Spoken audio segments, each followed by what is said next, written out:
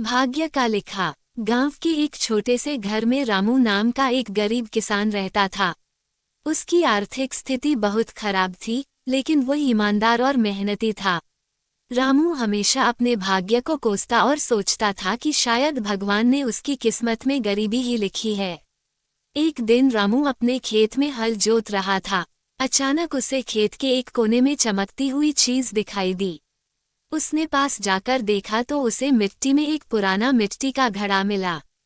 रामू ने घड़ा खोला तो वह हैरान रह गया। घड़े में सोने के सिक्के भरे हुए थे।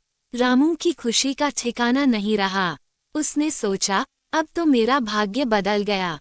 अब मुझे और मेहनत नहीं करनी पड़ेगी। वह सिक्कों को लेकर घर गया और उन्हें अपने घर में छिपा दिया।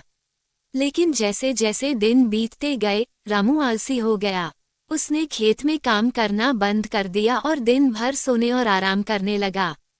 धीरे धीरे उसके घर का राशन खत्म होने लगा। रामू ने सोचा, घड़े के सिक्के हैं, मैं उनका उपयोग कर लूंगा। रामू ने बाजार जाकर कुछ सिक्के बेचे और पैसे से खाना खरीदा। कुछ महीनों तक ऐसा ही चलता रहा, लेकिन जल्द ही घड़े के सारे सिक्के खत्म हो गए।